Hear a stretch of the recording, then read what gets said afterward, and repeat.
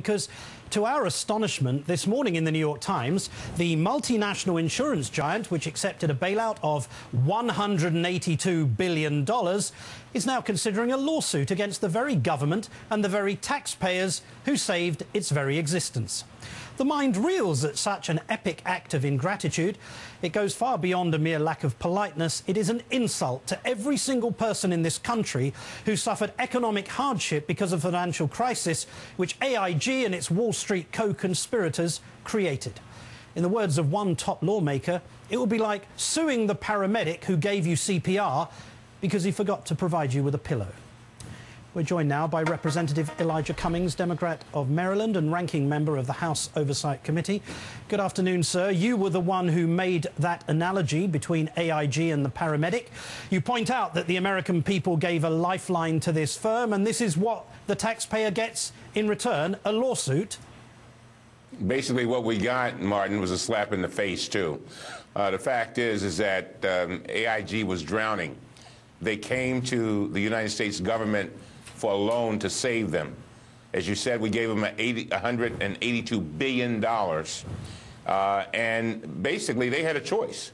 Either they accept the loan of $182 billion or they go into bankruptcy. And basically what would have happened is the very shareholders who will be deciding tomorrow whether to sue the United States government would have had shares of stock that would be worthless.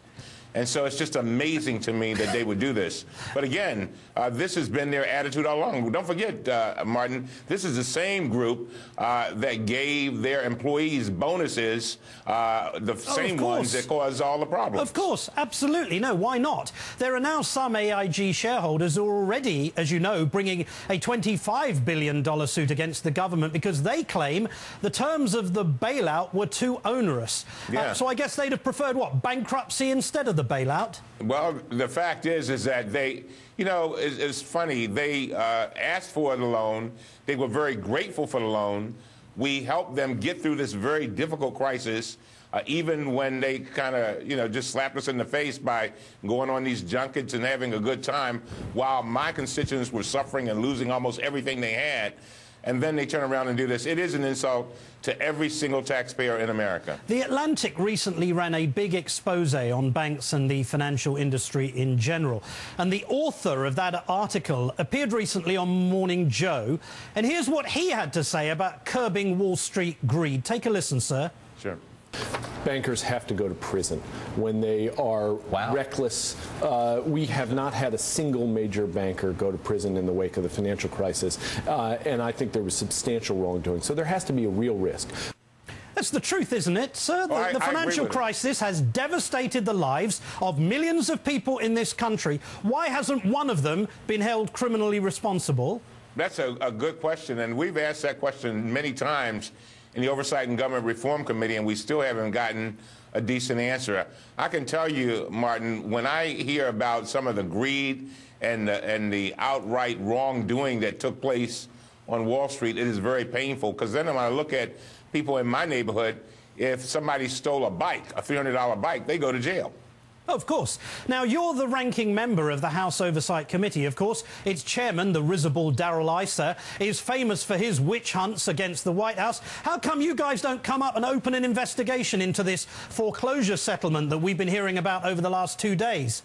Well, one of the things that we did try to do, and I must give Chairman Issa credit, he and I wrote a letter on Friday asking them not to go forward with this settlement. This is one of the things we did jointly.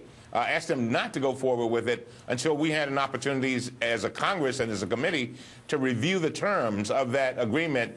And they basically said, no, we're going on and we're going to do it no matter what. And that's been their attitude all along, unfortunately.